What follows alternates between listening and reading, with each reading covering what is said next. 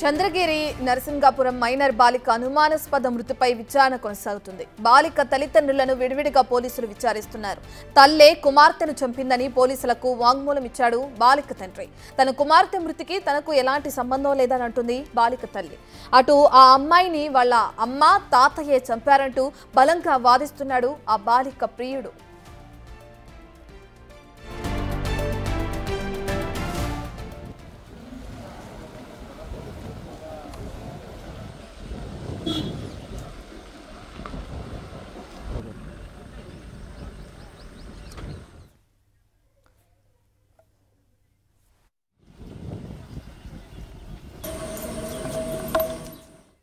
పూర్తి డీటెయిల్స్ అందించడానికి మా ప్రతినిధి దామోదర్ అందుబాటులో ఉన్నారు. దామోదర్, ఏదైతే ఆ బాలిక చనిపోక ముందు ఎవరైతే తన ప్రియుడు ఉన్నాడో అతనికి ఒక చాటింగ్ చేసినట్లు కూడా సోషల్ మీడియాలో వైరల్ అవుతుంది. తన అమ్మ తాతయ్య చంపాలని ప్లాన్ చేస్తున్నట్లు, విషం పెట్టాలని ట్రై చేస్తున్నారని చెప్పి కూడా ఒకటి సోషల్ మీడియాలో వైరల్ అవుతుంది. ఒక చాటింగ్కి సంబంధించిన స్క్రీన్ షాట్. అది నిజమేనా? అసలు ఆ ప్రియుడు ఏమని చెప్తున్నారు? అంతకుముందు వాళ్ళు బయటకు వెళ్ళినప్పుడు ఆ బాలిక అతనితో ఎటువంటి అంశాలని పంచుకోవడం జరిగింది? దానికి సంబంధించిన డీటెయిల్స్ ఏ విధంగా ఉన్నాయి?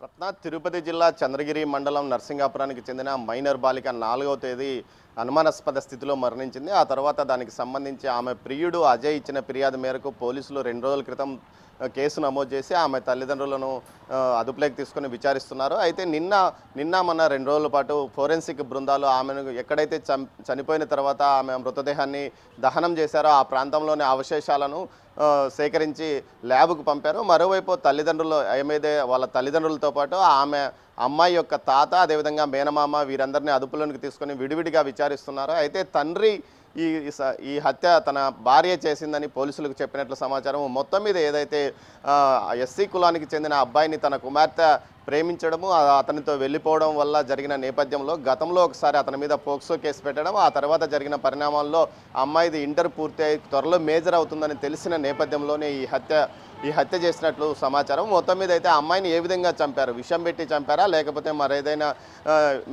మరే ఏ ఆయుధంతో ఏదైనా చంపారా, లేకపోతే ఉరివేసి చంపారా అన్న కోణంలో కూడా పోలీసులు వారిని విచారిస్తున్నట్టు తెలుస్తుంది. అయితే ఆమె తండ్రి తనకి ఈ విషయంలో ఎలాంటి సంబంధం లేదు, తన భార్య, అమ్మాయి మేనమామ, అదేవిధంగా తన తండ్రి కలిపి హత్యకు పాల్పడ్డారంటూ పోలీసుల వద్ద ఏదైతే వాంగ్మూలం ఇచ్చినట్టు తెలుస్తుంది.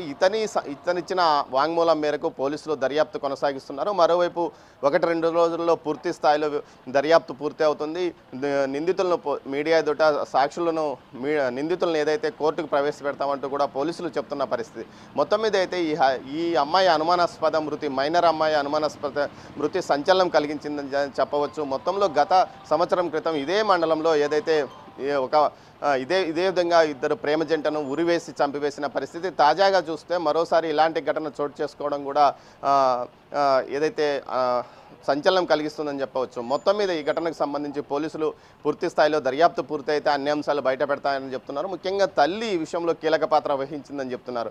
ఏదైతే ప్రియుడు అజయ్ చెప్తున్న దాని ప్రకారం 3వ తేదీ రాత్రి తనతో అమ్మాయి చాటింగ్ చేసింది. ఆ చాటింగ్లో తనను విషం పెట్టి చంపడానికి పూర్తి స్థాయిలో తల్లిదండ్రులు, తల్లి మేనమామ మాట్లాడుకుంటుండగా తాను విన్నాను, తనను ఖచ్చితంగా చంపివేస్తారంటూ కూడా ఆ అమ్మాయి మైనర్ బాలిక తన ప్రియుడు అజయ్తో చెప్పిన నేపథ్యం. ఈ నేపథ్యంతోనే మరుసటి రోజు ఆ అమ్మాయి మరణించడం, ఆ తర్వాత గంటలోపుగా అమ్మాయి అంత్యక్రియలు పూర్తి చేయడం, ఏదైతే చుట్టుపక్కల ఇంటి వారికి కూడా విషయం తెలియకుండా ఆటోలో అమ్మాయి మృతదేహాన్ని స్వర్ణముఖి నదిలోకి తీసుకెళ్లి అక్కడ ఖననం చేయకుండా దహనం చేయడం కూడా జరిగింది. ఈ నేపథ్యంలో ఏదైతే ఆధారాలు, సాక్ష్యాలు మిగలకుండా ఉండడానికి ఆ అమ్మాయి మృతదేహాన్ని దహనం చేశారని కూడా చెప్తున్నారు. మొత్తం మీద నిన్న పోలీసులు ఆ గ్రామంలో మరోసారి విచారించిన సందర్భంగా ఎవరు ఎలాంటి సమాచారం ఇచ్చినట్లు లేదు. దీంతో పోలీసులు ఆమె తిరుమలలో పారిశుద్ధ్య కార్మికురాలు ఎవరైతే అమ్మాయి తల్లి తిరుమలలో పారిశుద్ధ్య కార్మికురాలుగా పనిచేస్తుంది, దీంతో ఆ అమ్మాయి ఆమె సన్నిహితులు ఎవరైనా పైన ఉన్నారా, వారి వివరాలు ఏమైనా ఉన్నాయా అన్న విషయాన్ని తెలుసుకోవడానికి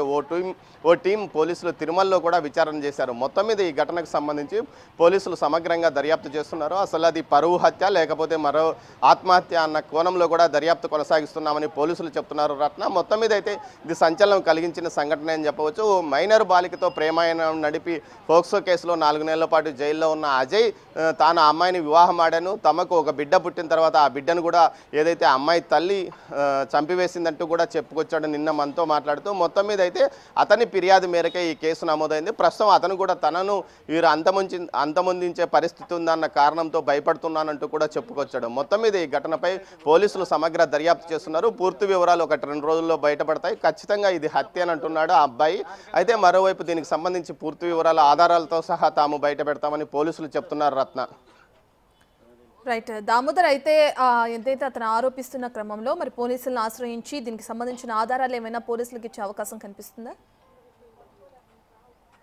ఖచ్చితంగా ఏదైతే తనతో ఆ అమ్మాయి చాటింగ్ చేసిన డేటాను మొత్తం అతను ఆ అబ్బాయి ఇప్పటికే పోలీసులకు సమర్పించాడు. గతంలో ఏదైతే ఆ అమ్మాయిని అమ్మాయి 8 నెలలు ప్రెగ్నెన్సీగా ఉన్నప్పుడు బయట ఆసుపత్రిలో డెలివరీ చేయించకుండా తన ఇంట్లోనే నాటు మందులు పసురు పోసి అమ్మాయికి డెలివరీ చేసి అప్పట్లోనే అమ్మాయిని చంపడానికి ప్రయత్నించింది. ఆ తర్వాత ఆ బిడ్డ పుట్టిన తర్వాత ఆ బిడ్డను చంపివేసి నేరుగా అమ్మాయికి బ్లీడింగ్ ఎక్కువ అవుతున్నప్పటికీ 1-2 రోజులు ఇంట్లోనే పెట్టుకుంది. ఆ తర్వాత ఆసుపత్రిలో చుట్టుపక్కల వారు చెప్పడంతో ఆసుపత్రిలో చేర్పించిందని కూడా చెప్తున్నాడు. ఈ నేపథ్యంలో అప్పట్లో ఏ ఆసుపత్రిలో చికిత్స పొందిందో ఆ వివరాలన్నీ కూడా పోలీసులకు ఇచ్చినట్లు సమాచారం. దీంతోపాటు తనతో చాటింగ్ చేసింది, తనను కలిసిన సందర్భంగా తనను ఏ విధంగా అమ్మాయి తల్లి తన మీద దాడికి పాల్పడింది, తన కుటుంబ సభ్యులకు మీద కూడా గతంలో పలుమార్లు దాడి చేయించింది, తన మీద దాడి చేయించింది అన్న విషయాలను కూడా అతను ఆధారాలతో సహా పోలీసులకు చూపించినట్టు తెలుస్తుంది. దీంతోపాటు ముఖ్యంగా అమ్మాయి 3వ తేదీ రాత్రి తనతో చాటింగ్ చేసిన మొత్తం వివరాలన్నీ పోలీసులకు అప్పగించినట్లు తెలుస్తోంది. రత్న రైట్, థ్యాంక్ యూ దామోదర్.